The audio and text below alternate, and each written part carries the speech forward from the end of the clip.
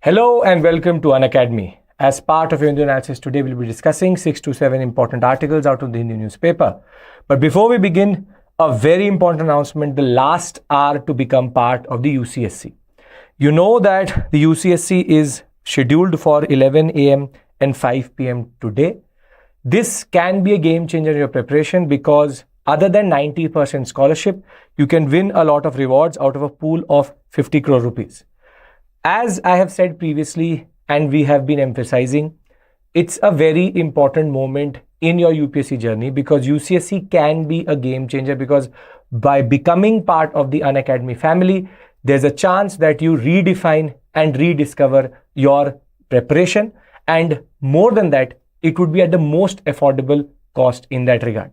So I hope that you have enrolled. If you haven't, you can use the link in the description box to enroll. If you can't give at 11 a.m., do give at 5 p.m. At 12 p.m. after this session, we have a discussion of these questions also. I hope you will join us at 12 p.m. for that session also, where Salmat sir, me, Mukesh sir, Shyam sir and Chetan sir will be discussing the respective questions. That will also give you an idea of what is the level. It's one of the most representative examinations which is conducted by Unacademy, and therefore you will use this opportunity. I'm emphasizing this, that it is imperative that you at least take a chance and you put in this effort to give the test. You never know what happens in life. Maybe this is your moment. With this, let's look at the 6 topics we are going to cover today. The first one is about cost of population decline, a very interesting topic with regards to what the Chief Minister of Tamil Nadu and Andhra Pradesh have said. A very interesting article, gives a lot of data, but quite relevant for GS Paper 3 and generally demographic dividend and other aspects. Then we'll talk about Trump and his implications on illegal Indians and immigration policy. Thereafter, we'll talk about, this is what I think Shams has also discussed in one of the videos, which is Indian firms being blacklisted. What is the implication of that and what is the MEA doing? Thereafter, a very long saga, but a very alarming development vis-a-vis the avian influenza or bird flu or H5N1. Then we'll talk about TB and its targets, and India is now going to fail to meet its 2025 targets. And last but not the least, this is the season of COP29. You will get a lot of articles on this. India is going to emphasize the same thing. The developed countries are going to do the same thing. We'll discuss what is the contour or what is the, you can say, trajectory of these things as we go on. So 6 topics. First 3 are quite important and quite extensive, mains oriented. 4th and 5th is something where we're adding to a topic which we've already discussed. So I hope that you will, in a way, learn these in this session. I will divide every topic into 3 to 4 parts so that you understand the structure, and I'll keep on revising as we go on, at least one summary after the 3rd topic and the whole summary after the 6th topic. So with this, let's look at the first topic, which is the cost of population decline and vis-a-vis fertility rate, dependency ratio. What are the concepts? Now, from the outset, I'll tell you how we are going to cover this topic. There are 3 parts to it. The first part discusses what has been the policy and what is the present situation. The second part is why are we in this situation, and the third is what are the concerns. And this is where the questions can be made out of. Meaning, what is the implication of certain states having low fertility rate vis-a-vis others? And therefore, to reach till this point, we have to develop this topic in such a way that we understand population, and population is becoming a very big issue. Russia, Japan already dealing under this issue of an aging population. And this is what India is now on the cusp of, with specific states in context. Now, the context of this article is something which has been in the news now with a lot of controversy also, which is the Chief Minister of Andhra Pradesh and Tamil Nadu saying that we are going to incentivize children within a family. We will not create impediments. We will try to give incentives to family to have more children. Specifically, Chandrababu Naidu arguing this. And the southern states are in a way specifically affected by this because unfortunately they did a job better than other states. So let's try to understand this larger concept. But the first thing is we have to understand 2 static terms. because I'm going to use these terms throughout this article, and therefore you should know. One is called fertility rate. The other one is called old age dependency ratio or dependency ratio. Now, fertility rate is average number of children divided by or per women during their child bearing age, which is that it gives you the average number of children within the women who are in the childbearing age. In different countries it is different. In 18 to 49 bracket women, what is the average number of children being born? That is the fertility rate concept. Thereafter, old age dependency ratio is old people per or every 100 working age population, which is basically 18 to 59. So it is believed that if you have less than 15%, or rather we would say the desirable element here is that you want to keep it between 0 to 15%. If you are above that, then it is problematic. If you have 15% of or 15 per 100 working age population, it is a problem. So therefore, these two terminologies I am going to use, and this whole article is based on the concept of fertility rate and old age dependency ratio. So I hope this is the static portion I am covering initially so that you are not lost in the different terminologies which is there. Now, since 1952, India has followed a specific family planning, you can say policy or schemes, which is India had a conscious effort to control the total fertility rate, and in order to bring the family sizes down, and the concept of hum do hamare do concept, we all know about that. Now, whilst following this policy, at the end of the state, the center created the mandate, but the states had a very important role in controlling the total fertility rate, because they would have to create incentives, you can say awareness campaigns, and even the whole structure in which family planning works is more state oriented, because they're at the grassroots level, and therefore states had to take a proactive step in making sure that the total fertility rate goes down. Now, over the years, through family planning,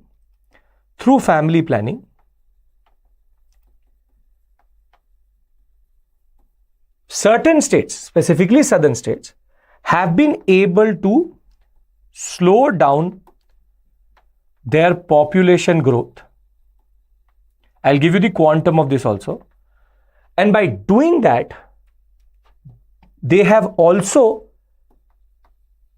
increased the aging population. This is the problem which they face now, which is that through targeted planning, through targeted schemes, through a conscious effort, family planning was followed by some states better than other states, specifically southern states vis-a-vis the northern states.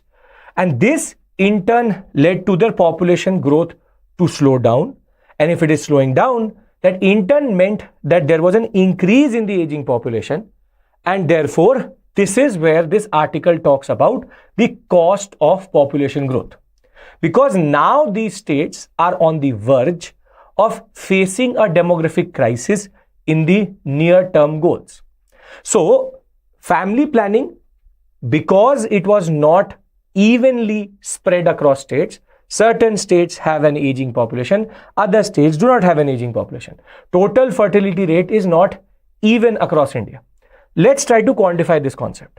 See, in 2024, the total fertility rate of India was 2.1224, and this is 0.979% down than 2013 or 2023 rather.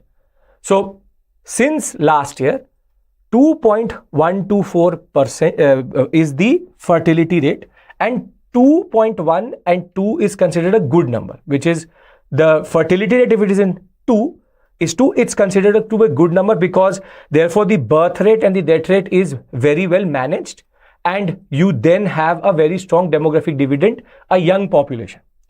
Now this total fertility rate, which is average number of children divided by the women who are in their childbearing years, which is average number of children vis-a-vis women in their childbearing years, 2 is a good number overall. The need for family planning when we were in 1952, the 50s, 60s and 70s was because we were above 3 at a given point of time and we had to bring it down to 2. At that rate, we did not have the resources and the population was growing at a very fast rate. So we've been able to slow down the population growth rate, which is a good thing. However, the problem is that this 2.1224 is the spread across state is very uneven, extremely uneven. Because if I go into state data, which is given in the article itself, Tamil Nadu and Bengal have a total fertility rate of 1.4 children per average number of children for the women or in their childbearing years in that state. For Andhra Pradesh, Kerala, Telangana plus Himachal Pradesh and Punjab, this data is at 1.5. But if you look at Bihar, UP and MP, it is totally skewed. Bihar it is 3, UP it is 2.7 and MP it is 2.6. So this 2.1224 comes out of this average. When you take the average of this 2.1224 comes through. Let's take it 2.1. Though there is a reduction, but the contribution of this reduction is more from here than Bihar, UP and MP. Now on face value, this is a bad thing for Bihar, UP and MP, and Tamil Nadu, Bengal, Kerala, Andhra Pradesh, Telangana have done a better job in controlling their population. That was mandated by government policy. That is where the states had a political will to do it. So the political will of the people, the political will of the politicians together did a good job. This is a very positive development where they have performed very good in the demographic indicators. However, this in turn has now given us a new set of data which is problematic for these states vis-a-vis how their fertility rates have gone down. Just to reiterate this data, the idea is that these states did a better job according to the data of the registrar of the Government of India, and between 2019 and 2021, this is the data. But this is where Bihar, UP, MP are double the Andhra Pradesh, Telangana data in that regard. And what the Office of the Registrar General of India argues is that there's a correlation, and the correlation is lower fertility rate states have developed faster, but the problem is now they are on the verge to lose out in the overall context. So what I've established to you is fertility rate, what it is, and thereafter I've given you a picture. After 1952, states were given a mandate to control their population. That has been done better by certain states, and certain states did not bother. There has been overall reduction for India, but there is a skewed nature of this data across India. And therefore, it is not a coincidence that lower fertility rate states are better performing in state GDP and other data. Now, till this point, it seems that having a low fertility rate is good and having a small population is better. However, this is the data which is concerning. According to the UN Population Fund, India would have 10.1% of its population as elderly, above 60, and 15% by 2036. That makes India still a very young country. 85% of its population is in the working. If I adjust for the 0 to 15 or 0 to 18, at least 60 to 65% of our population is very young in working age population bracket. However, if I go and analyze this data state-wise, this is where these states have a very big issue. Kerala by 2036 will have 22% of its population above the age of 60, which is, or 60-65, which is senior citizen. Tamil Nadu will be at 20.8% and Andhra Pradesh at 19%. If you look at this data vis-a-vis Bihar, 11%. So Bihar has a population which is younger vis-a-vis Andhra Pradesh, Tamil Nadu and Kerala, and therefore more workforce and manpower. This is where these states believe that they will lose out in the long run, because they will now become a very big burden on the working age population within that state. This is where the dependency ratio concept comes through. Now, before I transition from the first and the second part to the third part, which is the concerns, what have we established till this point is the situation we are in right now is because of a governmentally mandated concept of family planning. Certain states did well, certain states did not do well, and therefore there is now across India a certain skewed nature or a spread. Certain states are performing good for total fertility rate, but the problem is this means that they will have a older population when we zoom out maybe after a decade, and therefore certain states will be young, certain states will be old vis-a-vis each other relatively. Overall data still 15%. Now the problem and the concern rises, what are the implications of this in the long term? And this is where the first aspect comes through, which is dependency ratio. It is believed that the old age dependency ratio will be in Kerala at 26.1, followed by 20.5, 19.6 and Andhra Pradesh 18.5. And this is 2021 data, projected to increase further. And therefore, the percentage or the number we were looking for is less than 15. So 26.1 per every working age population, 100 working age population, the dependency ratio is very, very high. And when there is dependency ratio, there will be burden on the state's youth and the working age population to pay for the old age, and there is a dependent in the family. This hinders state GDP. This hinders the overall picture. Further, the southern states, which account for 1/5 of India's population, will now spend 32% of out-of-pocket healthcare expenditure. So the first implication was dependency ratio going up. Second is healthcare cost of these states are going to be extremely high because they have an aging population. Further, this is most obvious in that regard, because the Finance Commission allocates money according to population. There's a chance that when it comes to horizontal devolution, vertical is state center, state, horizontal devolution of funds, these states will thereafter be at a disadvantage. For that, the Finance Commission found the concept of demographic performance, but over the long run, they will keep on losing out on the divisibility pool of taxes. But the biggest concern is not this. It's the parliament and the delimitation concept, wherein as of right now, as per population, the number of seats are there, and that is fixed till 2026. And the census data is also fixed. However, if we go through census right now and revise the number of seats according to that, according to a study, Bihar will gain 10 seats, Rajasthan will gain 7 seats, while Tamil Nadu will lose 9 seats, Kerala 6, Andhra Pradesh 5, due to the population data and delimitation. And this is where the states are concerned that we are losing out in every sphere. Political, by losing seats in the Lok Sabha. You can say economic would be that we have an aging population. Third, that we have a healthcare burden further. And over and above that, dependency ratio means that the youth of this whole state is going to also be under pressure for the dependents in the family.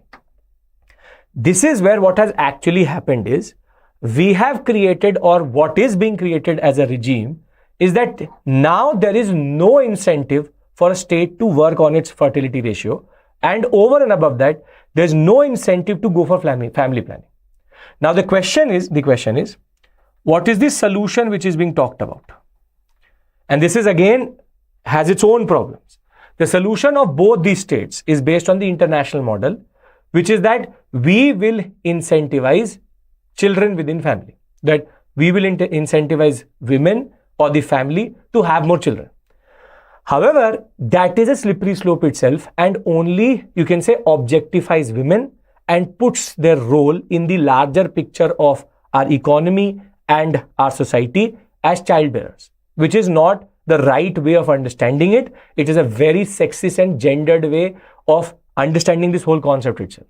As much as these states may be desperate for their data, the idea is women, the only thing which they are expected to do as of right now within their economies is not to bear children. That is not the way it should work.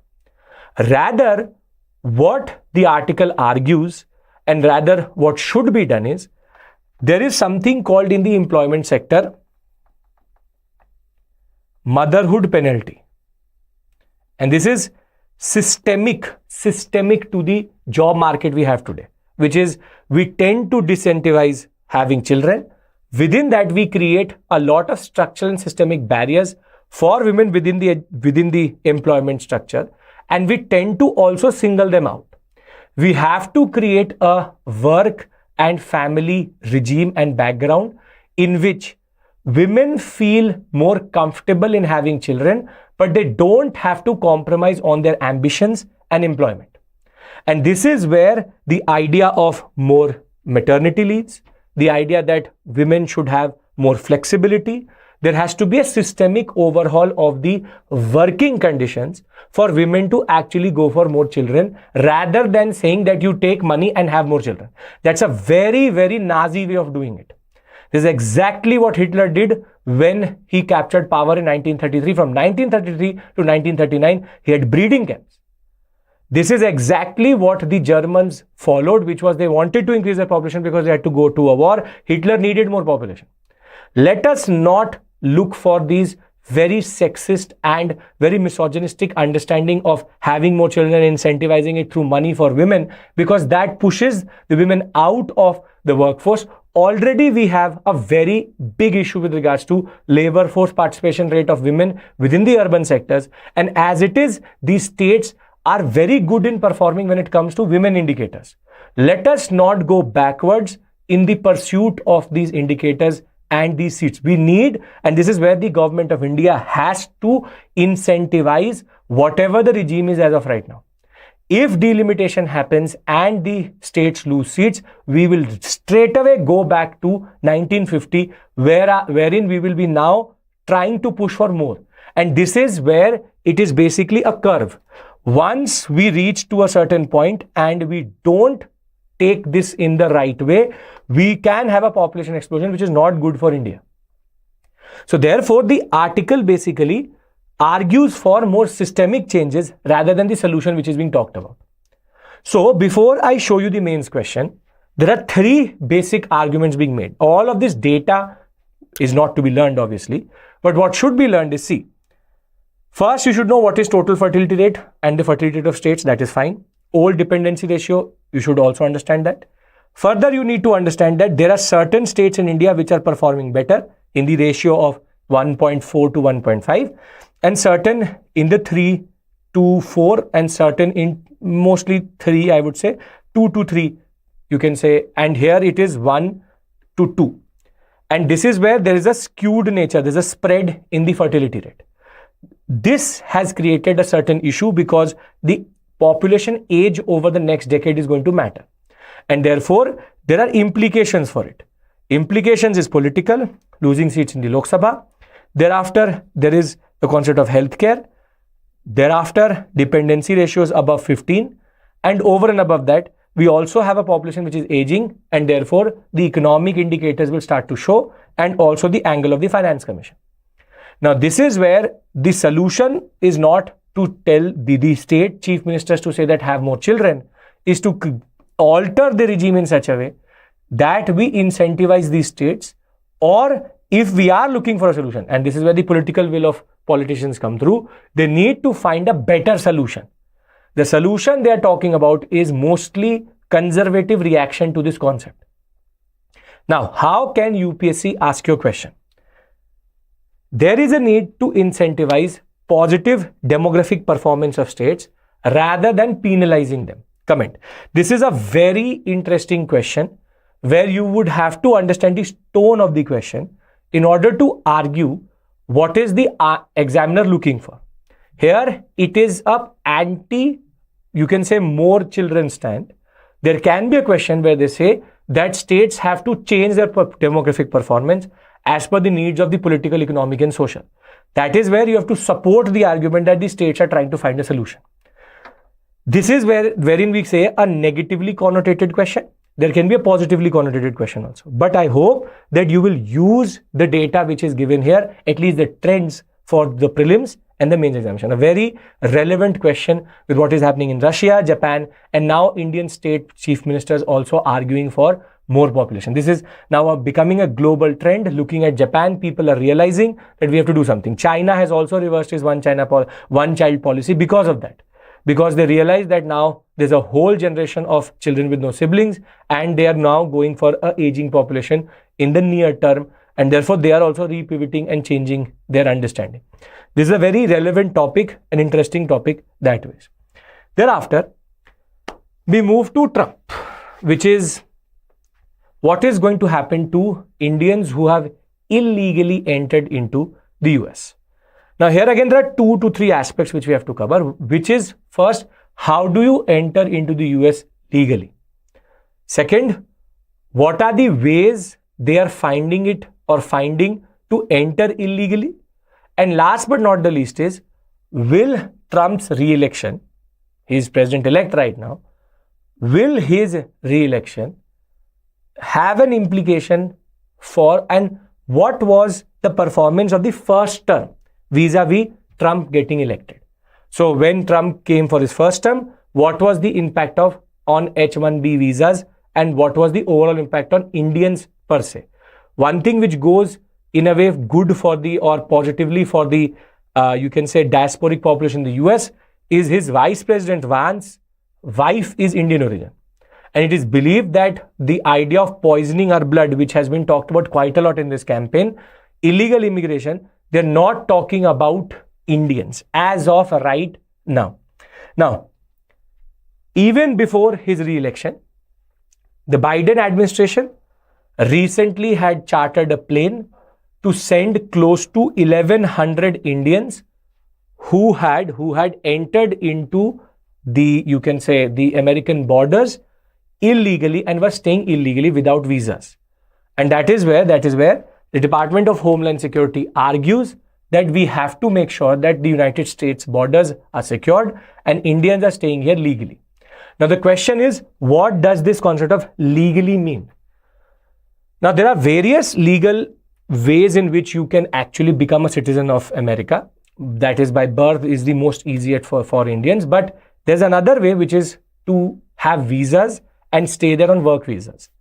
Now, legally, every year, every fiscal year, between October 1st and September 30th, 1.4 lakh employment-based immigration visas are available to qualified persons according to US immigration law.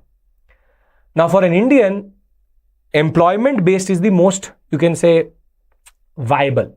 Once you are there, you have children, they may get it by birth. But the idea is employment-based immigration visa, that H-1B visa, is the most common and the most realistic way of staying in America without being illegally there.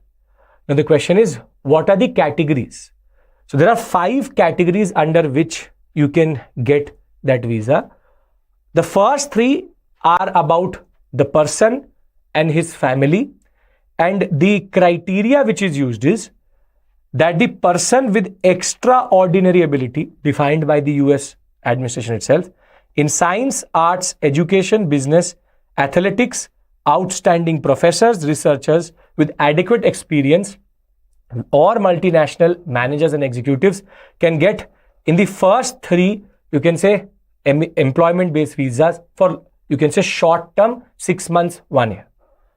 Thereafter, the fourth category is a certain special immigrant, which is based on professional broadcasting media personnel, employees or former employees of US government, as well as people from the Iraq and Afghanistan zone. This is where the Iraqis and specifically the Afghans who had helped the Americans were repatriated or brought back to the US for their safety.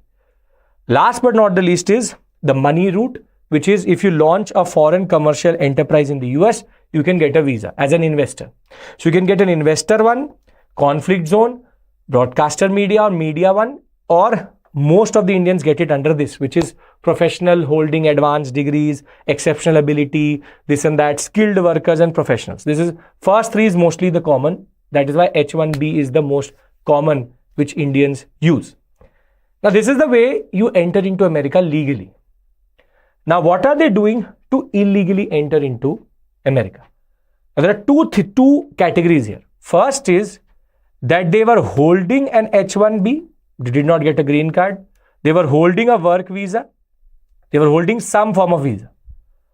In this case, what is happening is once their visas expire, what they do is that they go into countries such as Mexico, Canada, Peru, Honduras, El Salvador. And what happens is in these countries, if you have held a US visa, you can stay, for example, in Peru for 180 days without visa. In that regard, it's visa on arrival, if you want to say, or because you held the US visa. For example, you can go to Dubai without visa if you have a visa of the US, a valid visa of the US. Same way, if you have held a US visa, you can be in Peru for 180 days without having to go through a process visa procedure.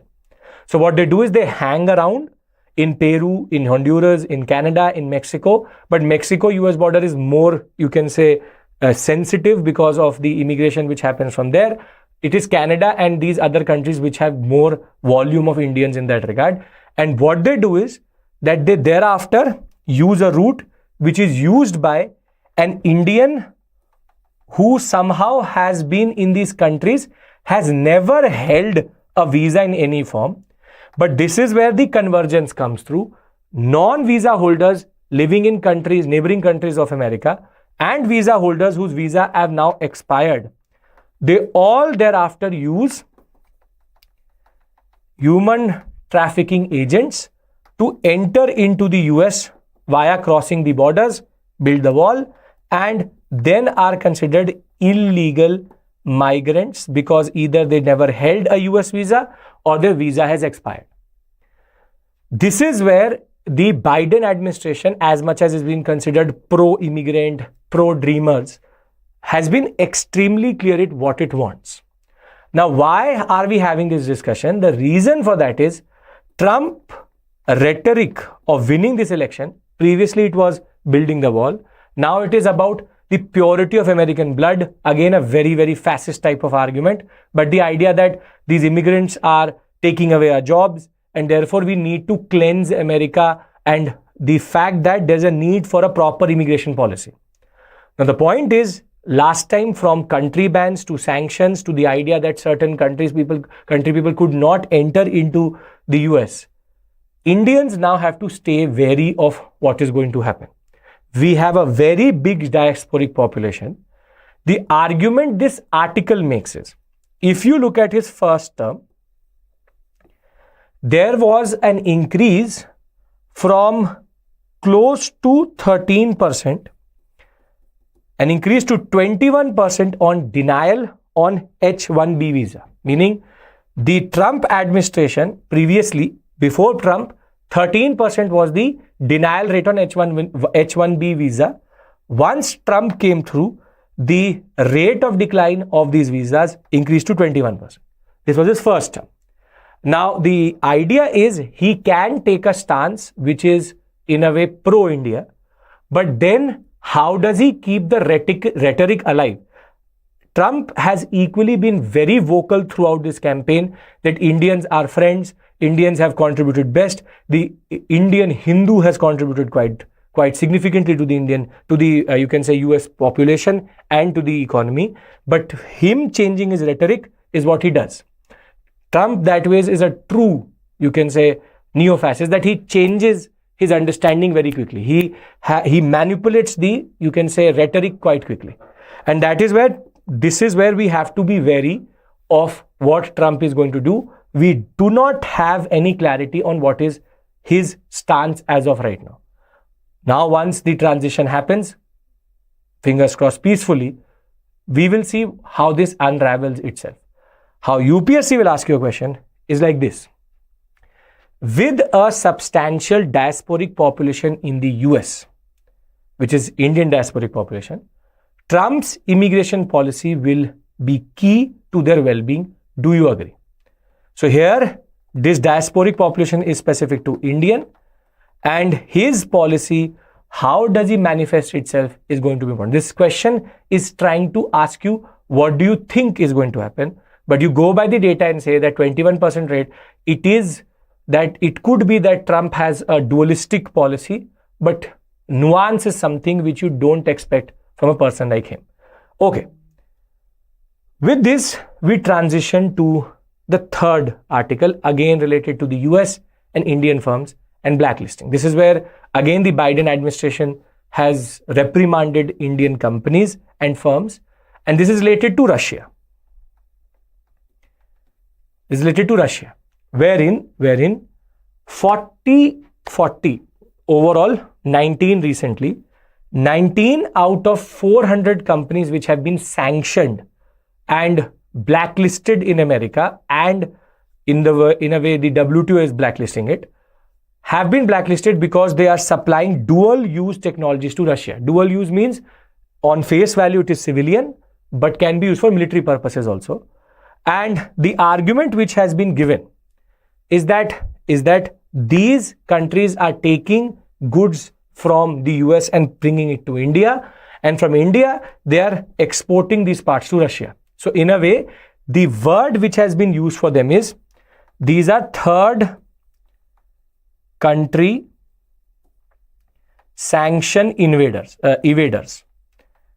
The idea is that the US and Russia trade is banned. There's no trade vis-a-vis the dual use technology, and therefore the first and the second country sanctions are there. But these are the third parties who are in a way evading the sanctions by bringing in the technology from the US to their country and then sending it to Russia. Now, what is the implication of such blacklisting? The implication is that the funds, the you can say assets of all these companies, if they have any in America, will be seized. Now, for us, what matters is what is the MEA doing, the Ministry of External Affairs? Because see, Russia is an all-weather friend. Russia that way has turned out to be a more reliable friend than the US. Now, MEA as of right now is tight-lipped. It is saying we don't want to comment on any of this. We need clarification on the, you can say, there's a certain executive order. It's called EO 14024. The executive order, which is their way of basically an ordinance, EO 14024, executive order of Biden, through which the trade or the, you can say, flow towards Russia has been sanctioned by the US. This is a unilateral sanction, and in a way, if the firm, and these firms are in Bangalore, Delhi, UP, if they are sitting in India, they don't really get affected until unless there is certain payment which is stuck. Now, what the MEA is doing is, firstly, it is taking clarification, asking for clarification. But what it's also doing is it's trying to sensitize the existing and the other companies which may not be in dual use technology, but it's sensitizing companies who are dealing with Russia to evade, not to evade, you can say, to evade the sanctions, meaning how can they stay clear of these type of sanctions, not per se evading, meaning they're trying to sensitize them that if you're doing this, don't do it, because then you will be sanctioned or blacklisted in the American sector, which is very interesting, where the MEA is trying to create a sanction-proof business for these exporters, and therefore the MEA basically is trying to argue is we will still trade with Russia, but the idea is we have to do it in such a way that the executive order of Biden does not apply to it. Now, the third part of this article says is, will there be any implication of Trump on this? Close to 40 companies have already been blacklisted. Will there be an effect of that? And the argument which this article makes is that Trump may obviously will have a softer line on Russia. Russia has already said, Putin has already said that he's ready to hear the solution of Trump on Ukraine. Trump has been arguing that within half an hour he'll solve this problem and the war will stop. So let's see what he does. He's known to do wonders that way. The idea is very simple. Trump is believed to be a soft liner on Russia.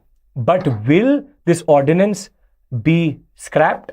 The problem is that this ordinance, or rather executive order, has been in a way, you can say ratified by the US Senate. So the US Senate is anti-Russia, and it is much more hardline than you can say Trump. And therefore, there's a very good chance whatever the sanctions are, they're not going away. Will they be taken back? No. Will there be a little bit of a change towards Russia? Maybe. But the idea is that is only Trump. The Congress and the Senate in the US have not changed their stance. And these executive orders have force, but if the Senate legislates on this, it will have a bigger impact. So is this something which is going to develop further? Yes. We have to wait and watch. The purpose of this article was to, in a way, predict, will Trump administration have a different impact? Will Trump administration have a different impact? That is where it is hypothetical, maybe, but the article also argues that it is quite unlikely that these sanctions will be taken away. And dual use export to Russia as it is problematic, but India has been very clear in having an independent relationship with Russia, not mitigated by the US, but this is one of the side effects of that kind of a stance. Now here, you can get a question like this. Trump's presidency should have considerable impact on the US, Russia, India triangulation. Triangulation means this triangular relationship. How does it get impacted? You may not know the answer to this question right now, but keep this question in your mind, because you can get a question like this. By the time you get a question like this, maybe you will have certain substantial data to say, has this relationship become even more tensed, problematic, or have there been improvements which people are arguing with regards to Trump? With this, let's enter into the next three. We've discussed population, US, India and Russia. And we've also understood the concept of immigration and Trump. So two articles on Trump. How does he impact immigration? How does he impact the sanctions? And the first one was about the issue of population as it is being talked about in India. Now, this is where a very major concerning development comes out of H5N1. Somehow, whenever I'm taking a session, there is always an article on avian influenza, H5N1. And this is not the first time I'm talking about it. The idea is that previously I've talked about the idea that bird flu itself is problematic, poultry sector gets impacted. The second aspect which was being talked about, or something which has developed recently in the past 1.5 years, is that H5N1 has developed the ability to cross migrate from just birds, avian, into mammals, and is now affecting a whole plethora of animals. And its spread is from Antarctica, and now Australia and New Zealand is bracing for, with migratory birds, H5N1 virus coming to their continent itself. The third development, why we are here, is because of this word, reassortant. Reassortant H5N1 is a very dangerous development which has been found in Cambodia. Reassortant H5N1 is when two different viruses mutate together. This basically means hybrid. Mutate to combine together, and their RNAs exchange in turn creating a new form of hybrid virus. So if this had the ability to infiltrate into avian, if this had the ability because of mutations to go into mammals, now this resultant, you can say virus C, has an ability to mutate and in order to infiltrate both avian and mammals. And this is where Cambodia has seen a major surge of the cases of H5N1 in people. There has been for the past 10 years no case in Cambodia of humans being affected by H5N1. Now there are 16 cases between February of 2023 and August of 2024, and this is because of you can say intermixing, mixing or reassortment of the H5N1, the 2.3.2.1c and 2.3.4.4b.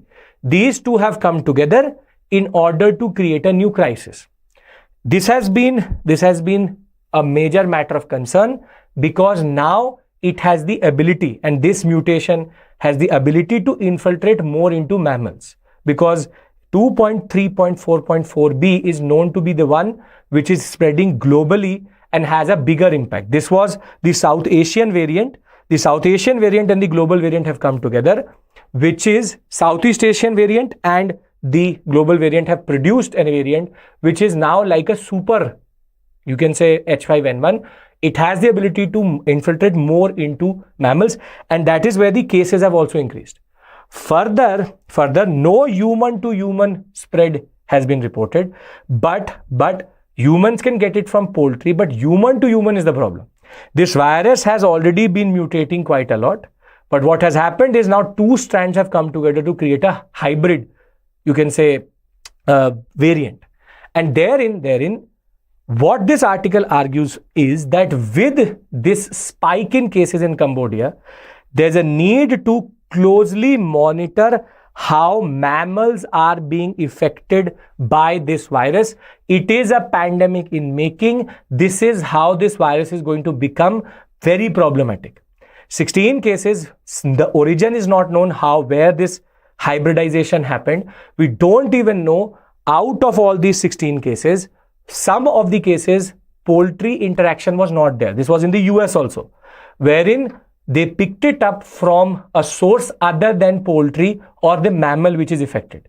The whole dairy sector, the poultry sector in America has been affected quite a lot by this as of right now. As we speak, it is one of the biggest problems and biggest, you can say, vulnerabilities in the, you can say, avian, poultry, dairy, and now in wild animals. Further, with migrations in the winter season, this is now going to spread to a part of the world which has still not seen it. And Cambodia is giving us a lot of examples of human spillover. This is where this is a big problem, and we should not take it lightly.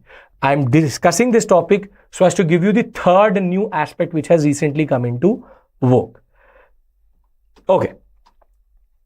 The recent case of reassortment, this you need to know what is reassortment, in Cambodia is a matter of grave concern in the H5N1 virus saga. Elaborate. This is a very realistic question in GS paper 3.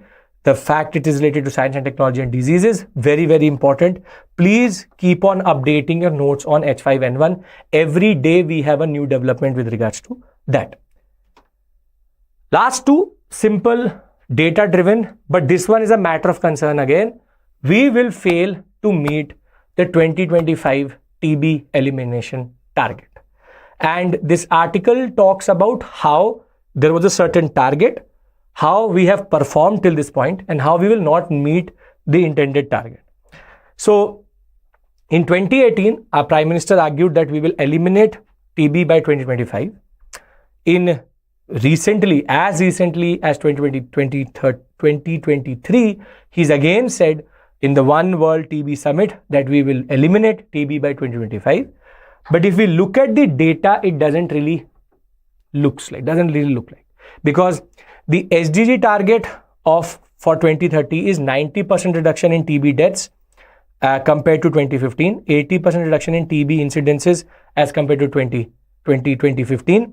As per the WHO data which has recently come through, countries are required to meet this 2025 milestone have to reduce death by 75%, incidences by 50%. But as per this report, India is extremely way off, and let alone eliminate, we will not be even able to achieve this 50% and 75%. Now, what is the present scenario? According to the India TB report by WHO, the TB incidences in 2015 was 237 cases per 1 lakh population, and the death rate, mortality rate was 28 per 1 lakh. According to the report now, we have brought this down to 195 from 237, and this was 199 in 2022. So we are improving, but not at a very quick rate. Mortality has come from 22 and from 23 to 22, which is again reduction of 1. If you look at, this is the data which is relevant for you for the examination, which is the overall trend. So the decrease in the rate of incidence is 18%, and the reduction in death, total number of deaths, is 24%. This should have been 50%. This should have been 75%. So we are way off, way off. We are, you can remember this, 18 and 24. This is the data you have to remember. Overall trend. We are way off with regards to where we are targeting. And though the government has a proper TB program, the problem of the concept of multi-drug resistance TB, the issues of healthcare costs, the medication itself, people leaving the medication, the fact that private sector still holds one of the biggest load of TB patients. The idea is that the government machinery is not having the infrastructure to hold the number of cases which are coming. India will achieve this for sure, maybe 10 years from now, 15 years from now. But the target of 2025 is as of right now unrealistic. So this is an update to something which we already know in the larger context of things. This is where this discussion becomes relevant, because it gives you data related to something which can be used in the examination. Again, let's not be pessimistic. That is not the tone of this, you can say, article, but it basically is saying that 2025 is an unrealistic target in the larger context of things. With this, let's move to the last topic, and then I'll give you a summary of whatever we've done today. With COP 29 in Baku now in vogue in discussion, we are back to the same conversation.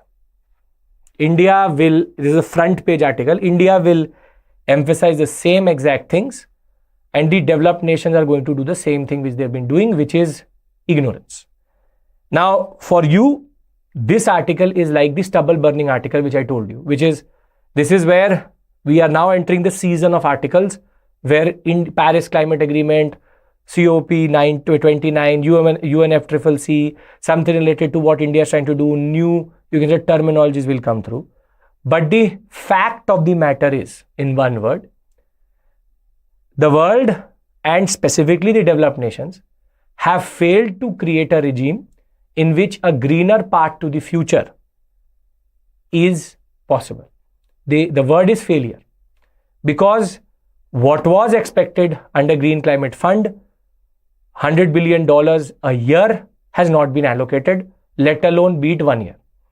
And India is going to again talk about the same exact thing, which is common but differentiated responsibilities, adaptation fund, a green climate fund. What was decided in COP Conference of Party 15 in Copenhagen was that we will collectively contribute this amount. They have argued that we've already done that, but there's no clarity on how this will come through. Conventional business investments, should they be, is investment into an existing business considered as green climate fund, or you have to develop a new set of infrastructure for it? No clarity with regards to that. The OECD argues that we've met it, but the argument is that the Paris goals have not been taken seriously. The nationally determined goals the NDCs we are following Trump is as it is a climate denier. Let's see what America does. But the idea is very simple. Now you will get multiple articles either talking about what is the future, what is the foreseeable future, what is going to happen. But all of these articles are going to talk about one thing for sure, which is that there is a need for more seriousness from the, you can say, actors who are involved in decision making. All these big multilateral conferences is just a waste of money if every year we add a new pledge and it is not met. And the idea is common but differentiated responsibility is something which the West is not going to accept, is accepting but denying it, or is totally ignoring to it. So this money had to come from developed countries collectively. But the reasons will never end. The recession is that the idea is very simple. This is nothing but the trailer to a movie which is going to come very soon. So do understand what you have to, you scan, you filter. We'll do that for you in the CNA.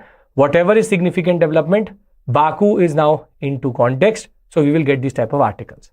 Now, before I end the session, let's try to consolidate everything so that you don't have to watch this video again or look at any of these articles again in that regard. The first article, I have taught you 4 to 5 very interesting and important points. First is what is fertility rate, what is dependency ratio. This is for you economic terms. Thereafter, we've discussed a very interesting development which has happened recently, which is with the CMs of certain states saying that we will incentivize children. The idea is, why are they saying that? And the concept is, certain states have performed better, and that in turn has led them to have now an aging population, and their fertility rate is is close to half of what is of the states which are not performing best. However, this has multiple implications. First is, in the parliament with any form of delimitation, if new census data is taken into context, these states will lose seats. Further, in the economic sphere, they will have an aging population vis-a-vis a very young population of other states. Thereafter, in the healthcare sector, they would have to, in a way, even, you can say, spend more, and the dependency ratio in these states is above 15, which is problematic. Over and above that, this also has an impact on the Finance Commission, because the allocation of funds will in turn be affected by the number of people or the population of that state. So together, these things come together to create a concept where states have been disincentivized to actually act on their family planning. This is where we need to pivot, and there's a need for a ideological change, at least, where we try to incentivize the states and not go down the path which is internationally being followed, but is also a problematic path for women. We have still a long way to go for women's development, and this may be a turning point because this will push us back into the 1950s. The second article was related to immigration into America, and with a chartered plane bringing back Indians back to India, and it has been found that most of them are either from Punjab or half of them are from Gujarat, who are illegally entering into US. I told you, how do you define legal and how do you define illegal? Legally is through the visa process. Then once the visa is expired or they don't have a visa, they use very dangerous human trafficking measures in order to enter into the zone itself, in order to enter into the US itself. The third, and we are expecting Trump to not change this regime, but maybe be a little bit better for Indians. Third was related to the blacklisted companies. Their funds and their, you can say, assets have been freezed in America. Dual use technology being taken from America and now exported to Russia via India. And the idea that that executive order is now going to create an issue. What is the MEA doing about it? Trying to sensitize the companies to not fall into this trap and stay away, making them sanction proof. Will Trump change his understanding of Russia? Maybe no. Will it become a little bit soft liner? Sure. But will the American administration change its stance? Maybe not. The fourth was about H5N1, a very dangerous development with regards to a mutation which has led to two viruses coming together, the Southeast Asian strand and the global strand coming together to create a bigger and bigger issue with mammal transfer going to increase. Thereafter, the fifth article was related to the concept of what we discussed just right now, which is COP29. The idea that India is going to reiterate a lot of concepts which previously have been argued. And the last which we discussed, and this is where I'm going to close and consult everything, is TB. We have only improved by 18 and 24%, vis-a-vis 50 and 75%, and 2025 target of meeting, which is the concept of eliminating TB from India, tuberculosis, is not going to happen.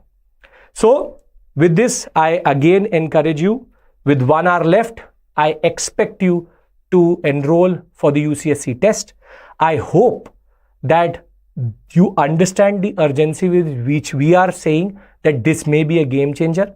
We all have in different ways given you multiple examples of how UPSC could be a difference, from extinction to Babar to the concept of self-study to MTNL to multiple different shots which are trying to urge you, we are trying to nudge you in this direction to give the UPSC scholarship test.